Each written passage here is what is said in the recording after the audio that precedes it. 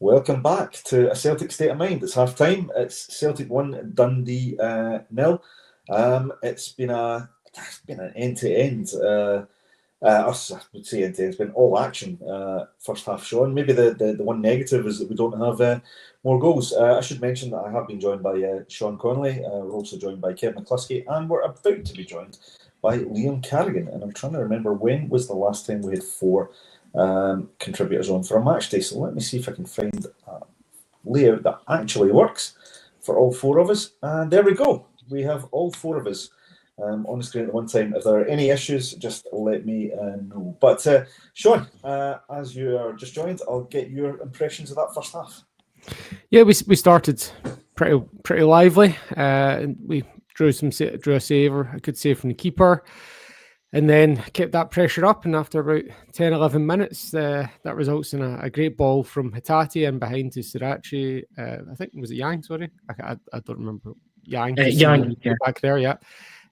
Draws the save, another save from the goalkeeper, and Maeda's on his toes to follow up and capitalise on the rebound. So it was good pressure, good intent at the start. But what unfortunate outcome of that was Maeda took one in the face as he was scoring the header, and it just killed that momentum that we had. So we basically, he was in the changing room getting stitches, so we spent the next 10 minutes just kind of knocking the ball about, because that's how long it takes for him to come back. That really killed the momentum we had. We managed to get a little bit of it back, but really there's not been too much happening since then. The biggest chance thereafter in the half actually fell to Dundee, when Liam Scales absolutely sells Casper Michael Shork, and Simon Murray rattles the crossbar. And well, I guess Casper Schmeichel took a sore one as well earlier.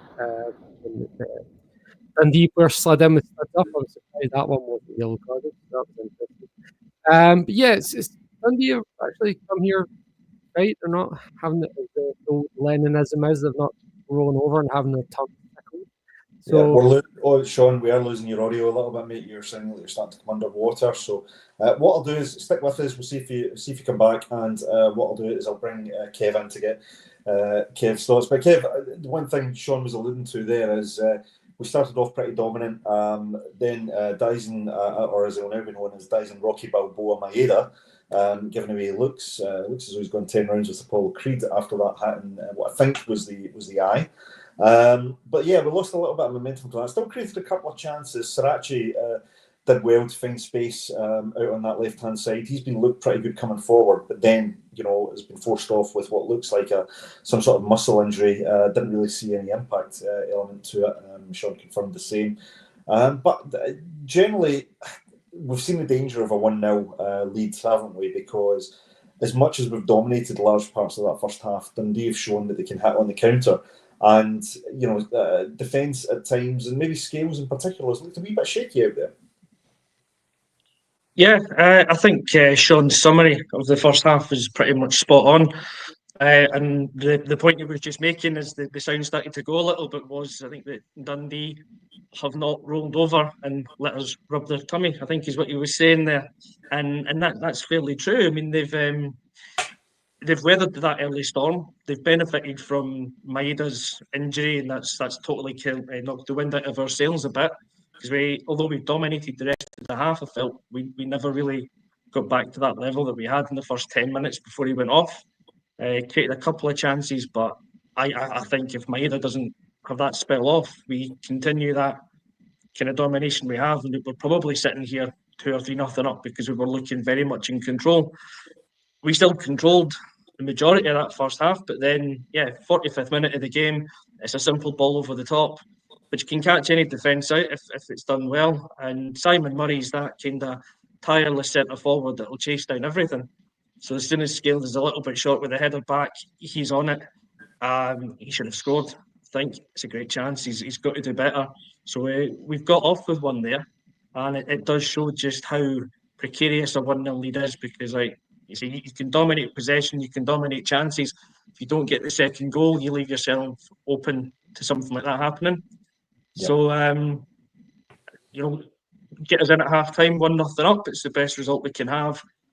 O'Neill has his little words of wisdom, hopefully, with the players, and we come out a bit more with charge for the second half. Maybe even with a change up top, Kenny on for Maeda, because you have a head knock like that. He's not been as effective. He's not been the same player since that. So I think maybe just take him out for his own good as well as anything, and get Kenny in there, who will have a point to prove in O'Neill's last game, and with Nancy watching again, trying to put himself back in the new manager's thoughts.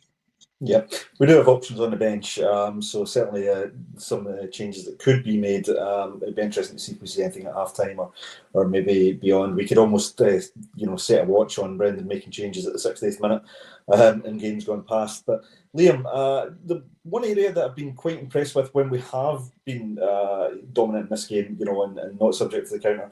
It's been interesting to see players like Arne Engels find themselves, at one side of the pitch to the other, and actually showing a bit of hunger and aggression in and around the box as well. Something we haven't really seen a lot from him. Similarly, we're seeing a lot more life from Rio Hatate, who's spreading the ball quite well and picking players out and looks quite dangerous. A lot of little give and goes there, which maybe should have yielded better results. But what have you made of the midfield? And is that again another sign of just the tweaks that Martin O'Neill's made? Yeah, I think it's just indicative of, a guy who comes in and knows that these are good players, but has to, maybe just take them aside and have a wee chat with them and just get their heads in the right headspace. And it's the Martin O'Neill effect, isn't it? Taking players who maybe have underperformed previously and just, you go right back to. You think about what Chris Sutton did for us, and he was basically a Chelsea reject when Martin O'Neill signed him, right? Yes. Alan Thompson, another great player who didn't quite make it with his previous club, came to Celtic, was an absolute star. He picks out Didier Agat from Hibs for 50,000, and he becomes one of the best players of the year. This is what Martin O'Neill does. He takes players who, for whatever reason, he knows the talent's there and he brings it out of them. And I think we're seeing that in the midfield now. Hatate's biggest problem has always been his inconsistency. And what's done to get him now in a mindset where he is being fairly consistent. Well, the new boss has to continue that. Whatever it is, I hope that I noticed that Wilfred Nancy said in his latest interview that he was looking forward to meeting with Martin O'Neill and Sean Maloney soon. So I hope they're going to sit down and have that kind of discussion as part of the handover. Yeah, it'd be interesting. Not a bad resource to be able to call on Liam, is it? To be able to take a handover from Martin O'Neill and Sean Maloney, two people who not only potentially got us back to the top of the league here, because I believe Dundee, if I'm right, I think Dundee United were beating Rangers 1-0. I'm not sure if that's still the score. I'll try and bring up the score. 1-1. 1-1. Curse the commentator. Thanks, Sean. Sean, hopefully you're back with us in terms of audio. And looking at the bench, Sean, we've got Benji Negrin, our top scorer, is on there. We've got obviously Tenekte, who is still trying to find his feet at the club. Balikwisha, who's not really had much of a look in under O'Neill, actually, interestingly enough. So potentially, an opportunity for him as well. We've obviously seen Tierney coming on now as well for Sirachi, so we might see slightly different play down that left-hand side. We know Sirachi's a bit more all action, whereas Tierney and Katie's a wee bit more, focused on the defensive side and maybe crossing from deep. But what do you think we need to do in the second half just to make sure we not only maintain the lead, but we actually go and build on it? Yeah, sorry, just in reference to the top of the table there, I would just point out Hearts are drawing 0-0 with Kilmarnock, so there is actually. But so that puts us level in points with them if scores hold, but we're still 3 goals behind Hearts somehow in goal difference, something that rarely happens. In terms of the second half, I think we need to come back out flying. You mentioned that the passing from Hatate and Engels has been pretty sharp. And I think a lot of that comes from the movement in front of them. That first goal the only goal, is a great ball from Hatate, but the whole thing is an absolutely moot point if it's not for the running of Yang and Maeda. So we can talk about passing from the midfield, but the other side of that bargain is that there has to be movement in front of them. And that's something we've not been overly consistent with this season. And when you come into a game after half time and you talk about effort, that when we use the word effort, that's generally what we're talking about, right? Is players off the ball moving, as well as doing the closing down when Dundee an opposition have it, but also just moving when your own teammates are in possession. So I think we need to keep that up and look at we've had this relatively set starting lineup for quite a few games since, so I'm not against seeing it freshened up a little bit, a couple of extra legs coming on. I know Tierney's come on. I wouldn't be against getting Maeda, maybe have a halftime concussion evaluation, get a little 6 dubs going. Looked a bit shaky when he came off, didn't he? He looked a bit. Yeah, I'm being glib, but then there was, the one point where he was on a different page from Kobe Donovan, and I'm like, oh, maybe he isn't actually quite right there. So, so maybe there is room to get an extra sub on there, in line with the protocols, and so I would be getting him assessed in that sense as well, even for his own well-being. Get him ready for Saturday, and so it's I guess the long roundabout way of saying is to come out firing in the second half and keep the movement off the ball going. Yeah, absolutely. I mean, I think the positive element is that we have been very dominant. We just cannot have these mistakes at the back. I mean, I think you don't want to be subject to the sucker punch, Kev. One of the talking points for the first half there, Kevin, a bit of a negative one, is the injury to Sirachi. So close to half time, and it's not often you actually see a substitution made with so little time to go in a half. But it looks like it could be potentially a little bit of a serious one. The player couldn't continue. Sean and me spoke just before we came live, and Sean alluded to the fact it didn't look like it was an impact injury, so that could point to a tear or a pull. And it just adds to what is quite a mountain injury list for the new manager coming in.